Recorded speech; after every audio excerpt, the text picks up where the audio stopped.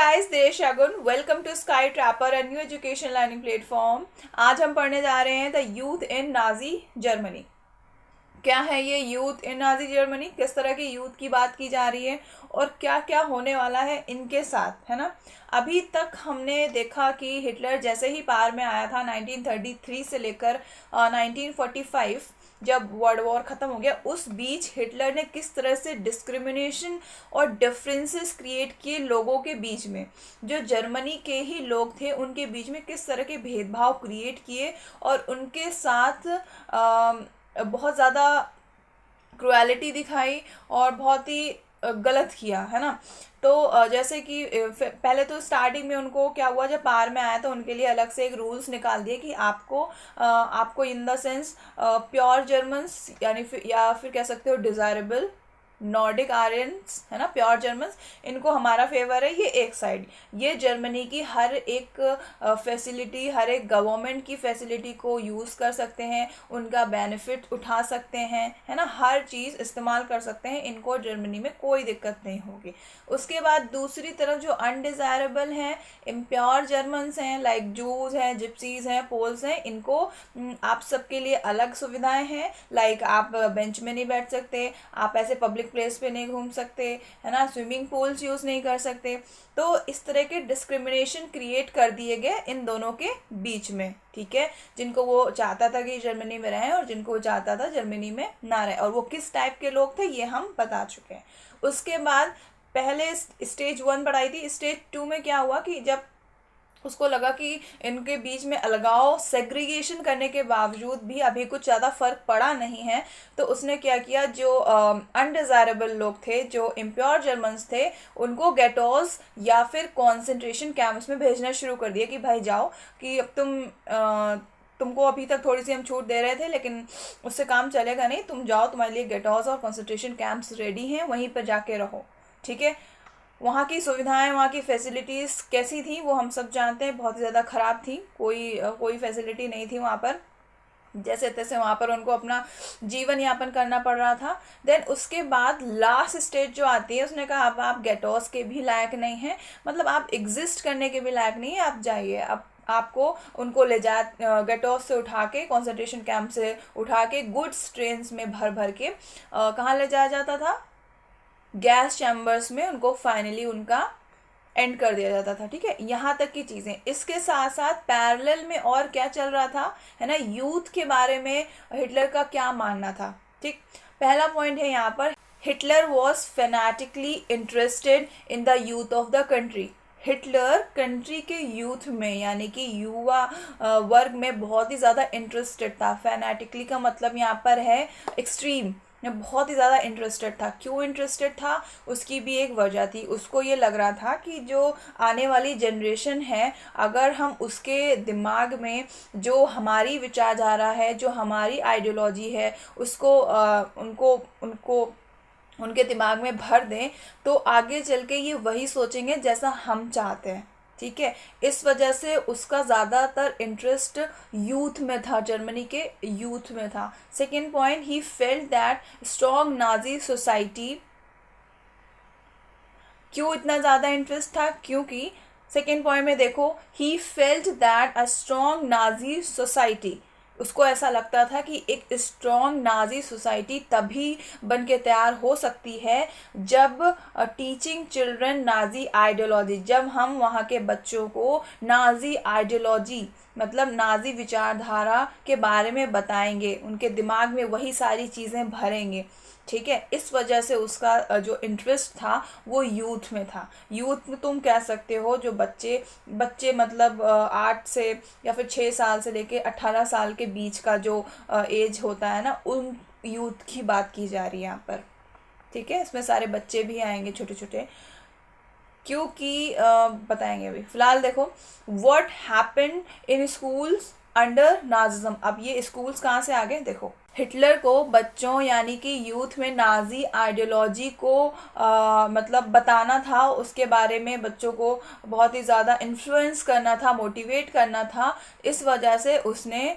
क्या कौन सा रास्ता चुना? स्कूल, मतलब उसको स्कूल ही एक ऐसा जगह मिलेगा जहाँ पे वो सभी बच्चों से इंटरेक्ट कर पाएगा या फिर अपनी बात ज़्यादातर बच्चों तक पहुँचा पाएगा स्कूल के ज़रिए। ठीक है, तो वही चीज़ है कि नाजिज़्म किस तरह से वर्क कर रहा था स्कूल्स में, किस तरह की आइडियोलॉजी को सामने रख रहा था। ठीक है, पहली चीज़ क्या किया इन्होंने, जितने भी स्कूल्स थे सबको क्लींस एंड प्योरीफाई किया। यहाँ पर क्लींस और प्योरीफाई का मतलब क्या है कि जो स्कूल के अंदर वो टीचर्स होंगे जो कि जूस होंगे, पहली चीज़। दूसरी बात, वो जो कि पॉलिटिकली अनडिज़ायरेबल हैं, जिन जैसा कि हिटलर को लगता है, क्योंकि वो थोड़े पढ़े लिखे हैं तो वो उसके अगेंस्ट आवाज़ उठाते हैं कि नहीं ऐसा करना गलत है, दिस इज़ वेरी रॉन्ग, है ना। तो उसको लगता था कि इनको हटाओ, इनको सबको स्कूल से निकालो। तो इनको उन स्कूल से निकालना, डिसमिस करना ही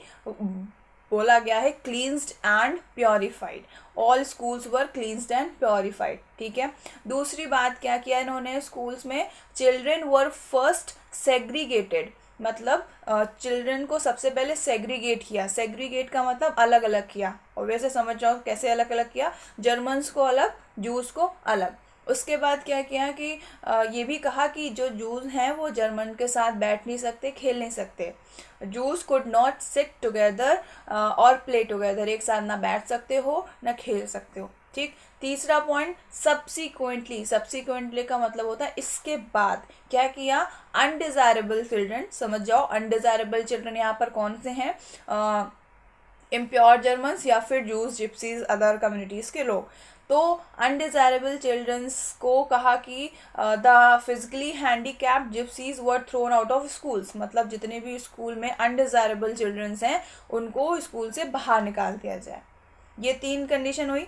आखिरी है, and finally in the 1940s they were taken to the gas chambers. अब जब इतना सब करने के बाद 1940s जो साल आया, उस साल में सारे बच्चों को जिनको निकाला गया था उनको फाइनली गैस चैम्बर्स में ले जाके मार दिया।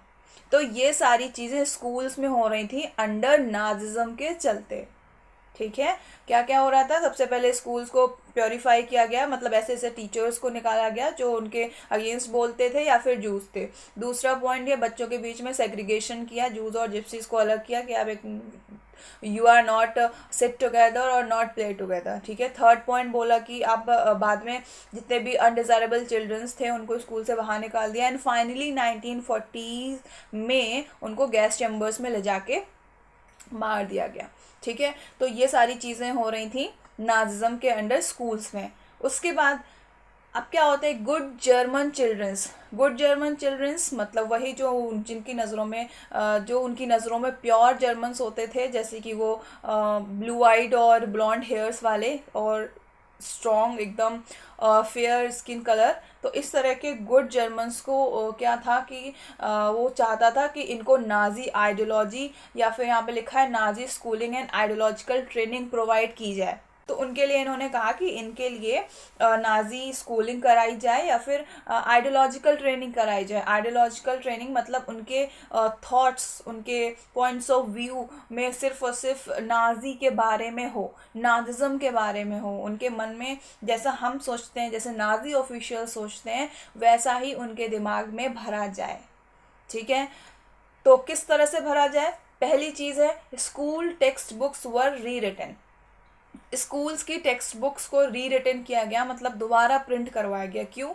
क्योंकि अभी तक जो टेक्स्ट बुक्स थी, जो बुक्स थी, उनमें नाजी के बारे में कुछ नहीं था, लेकिन अब जो टेक्स्ट बुक आएंगी उनमें नाजी का कहीं ना कहीं कुछ जिक्र किया जाएगा। फॉर एग्जांपल इंग्लिश की बुक है मान लिया, तो उसमें कुछ चैप्टर्स हैं जिसमें हम नाजी को फेवर करते हुए एक स्टोरी बना सकते हैं। ठीक है, मैथ्स में कुछ चैप्टर्स हैं जैसे प्रॉफिट एंड लॉस है, सिंपल इंटरेस्ट, कंपाउंड इंटरेस्ट, तो इसमें हम इंक्लूड कर सकते हैं। प्रॉब्लम्स हम होती ना, जैसे कि लिख सकते हैं कि जूस बहुत ज़्यादा इंटरेस्ट लेते हैं और जर्मन्स पे और जर्मन्स नॉर्डिक आर्यन बहुत कम इंटरेस्ट लेते हैं। इस अकॉर्डिंग मतलब एक क्वेश्चन फ्रेम किया जाए, है ना। प्रॉफिट एंड लॉस में देखें तो लॉस हमेशा ऐसे एक तरह से इमोशनली ब्लैकमेल कराया जाए, मतलब एक तरह से फेवर, अपने फेवर में क्वेश्चन को फ्रेम किया जाए, है ना।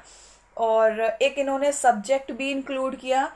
सेकेंड पॉइंट में you can see racial science subject include किया, जिसमें बच्चों को सिर्फ और सिर्फ रेसिज्म के बारे में बताया जाए, नाजी आइडियोलॉजी के बारे में बताया जाए और कुछ ना बताया जाए।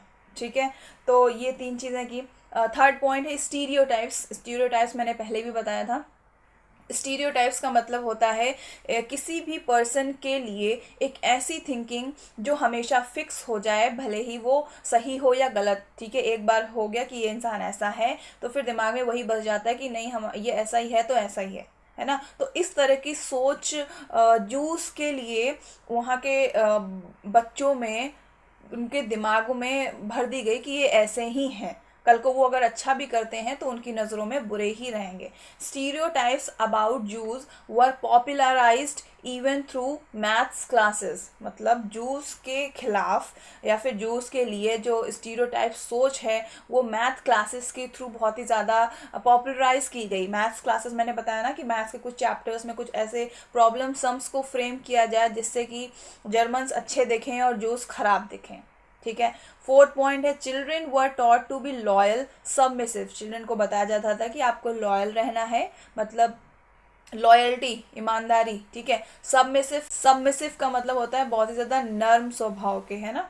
और हेट, लेकिन जूस से हेट करनी है, लॉयल और सबमिसिव रहना है लेकिन जूस से हेट करनी है। और वर्शिप हिटलर, यानी कि हिटलर की पूजा करनी है। ये सारी चीज़ें करनी है तुम लोगों को। Then in the fifth point functions of sport was to nurture spirit of violence and aggression.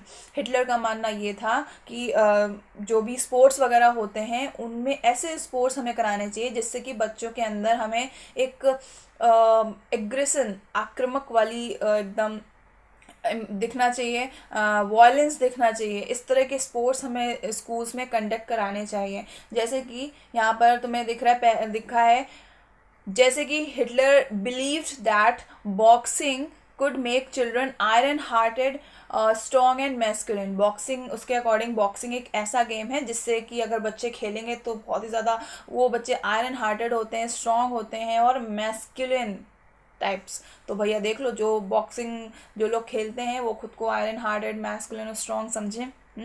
और यहाँ पे कुछ 1 2 3 इमेजेस दिख रही हैं। इन इमेजेस में ये शो हो रहा है, पहली इमेज जो ये इंडिकेट कर रही है कि ये वो जूस बच्चे हैं जो नॉन जर्मन हैं, नहीं है तो जर्मन ही, जिनको वो इम्प्योर जर्मन या फिर अनडिज़ायरेबल समझता था, तो वो ये हैं जो तुम्हें फर्स्ट इमेज में दिख रहे हैं। सेकेंड और थर्ड इमेज में वो बच्चे हैं जिनको Hitler pure German, Nordic Aryans या फिर डिज़ायरेबल समझता था, इसीलिए देखो लाड़ प्यार जता रहे हैं प्योर जर्मन बच्चों के साथ।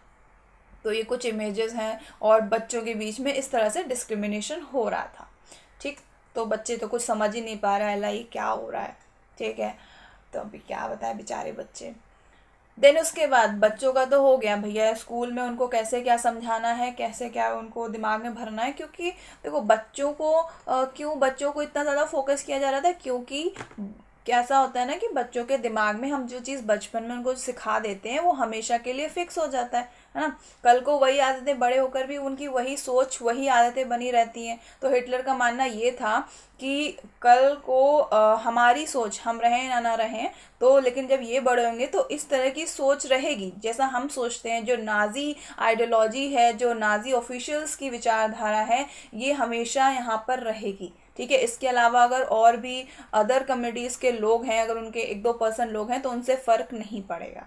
ठीक है, तो इसलिए उसने अपना मोहरा किसको चुना, यूथ को चुना। ठीक, अब बच्चों की बात कर ली, ये छोटे छोटे बच्चे जो लगभग 8 से या फिर 6 से 10 साल के बीच के बच्चे थे, इनकी बात। अब यूथ की बात करते हैं। Youth organisations were made responsible for educating German youth in the spirit of national socialism। Youth organisation से कहा कि भैया तुम्हारी ये जिम्मेदारी है कि तुम यूथ के मन में, उनके दिमाग में एक स्पिरिट जगाओ, किसकी, नेशनल सोशलिज्म की। क्या है नेशनल सोशलिज्म? नेशनल सोशलिज्म याद करो, मैंने बताया था कि हिटलर ने जब अपना ग्रुप बनाना शुरू किया था, जब अपनी पार्टी इस्टेब्लिश की थी, तो जो सेकेंड टाइम उसने अपना नाम चेंज किया था तो उसकी पार्टी का नाम था nationalist socialist German workers party. देन उसके बाद नाजी पार्टी नाम बदल के रखा था। तो कुल मिला के ये नेशनल सोशलिज्म कुछ नहीं है, सिर्फ और सिर्फ सिर्फ और सिर्फ नाजी आइडियोलॉजी की बात करता है, वही चीज़ है। तो उसने कहा कि आप यूथ के अंदर इस तरह की स्पिरिट जगाओ, है ना, ये इस तरह के उनके थॉट्स उनके मन में लाओ, है ना, ये सारी चीज़ें कहा कि आप यूथ ऑर्गेनाइजेशन से कहा आप ये सारी चीज़ें करो। इसके अलावा जैसे जो 10 साल के बच्चे हैं, 10-year-olds हैड टू एंटर जंग वॉल्क। 10 साल के बच्चे, 10 से 14 साल के बच्चों को जंग वॉल्क ऑर्गेनाइजेशन में एडमिशन लेना चाहिए। अब वहाँ पे क्या होगा, यही सब चीज़ें सिखाई जाएंगी नाजी आइडियोलॉजी से रिलेटेड। देन उसके बाद जब आप 14 से 18 के, मतलब 14 के हो जा रहे हैं, उसके बाद आपको एंटर करना है यूथ ऑर्गेनाइजेशन में, हिटलर यूथ ऑर्गेनाइजेशन में एंटर करना है। At 14 all boys had to join the Nazi youth organisation, जिसको बोला जाता है, और भी दूसरा नाम दिया गया है हिटलर यूथ ऑर्गेनाइजेशन, ठीक है, जहाँ पे उनको सिखाया जाता था, किनको, जो 14 साल के हो चुके हैं और उससे ऊपर, ठीक है, 14 से 18 साल के बीच के बच्चों को क्या सिखाया जाता था। पहला है वर्शिप वॉर। वर्शिप वॉर का मतलब उनसे ये कहा गया है कल को अगर हमें वॉर करना पड़े तो हमें उनसे डरना नहीं है, ज़रूरत पड़े तो हमें घबरा के नहीं बैठना है, हमें अगर वॉर करने की ज़रूरत है, युद्ध करना पड़े तो हम करेंगे, कॉन्फिडेंस के साथ करेंगे और स्ट्रेंथ के साथ करेंगे। इस तरह की चीज़ें उनके दिमाग में भरी जाती थी। दूसरी चीज़ उनसे कहा glorify aggression and violence, condemn democracy, मतलब कि उनसे कहा कि आप उनके लिए एग्रेशन और वॉयलेंस को बहुत ही ज़्यादा बढ़ावा दिया जाता था, कि हमेशा वॉयलेंस क्रिएट कर, मतलब वॉयलेंस, हिंसात्मक, हमेशा वॉयलेंस करने के लिए रेडी रहना है, ये नहीं डरना है कि हमें वॉयलेंस नहीं करना है, एग्रेसिव रहना है, और इसके साथ साथ हमें डेमोक्रेसी की निंदा करनी है, मतलब हेट करना है, डेमोक्रेसी नहीं चाहिए, और जूस से हेट करनी है, कम्युनिस्ट से हेट करना है, जो अनडिज़ायरेबल जर्मन्स हैं उनसे हेट करना है। तो ये सारी चीज़ें उन लोगों को सिखाई जाती थी 14 से 18 एज ग्रुप के लोगों को, जो हिटलर यूथ ऑर्गेनाइजेशन में एडमिशन लेते थे, ठीक।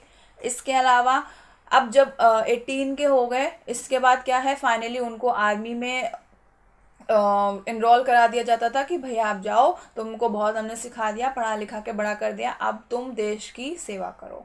फाइनली वही है। And then they had to serve in the armed forces and enter one of the Nazi organisation. जब वो 18 साल के हो जाते थे तो उनको किसी एक नाजी ऑर्गेनाइजेशन में जाकर इनरोल करा दिया जाता था कि अब आप जाइए देश की सेवा करिए।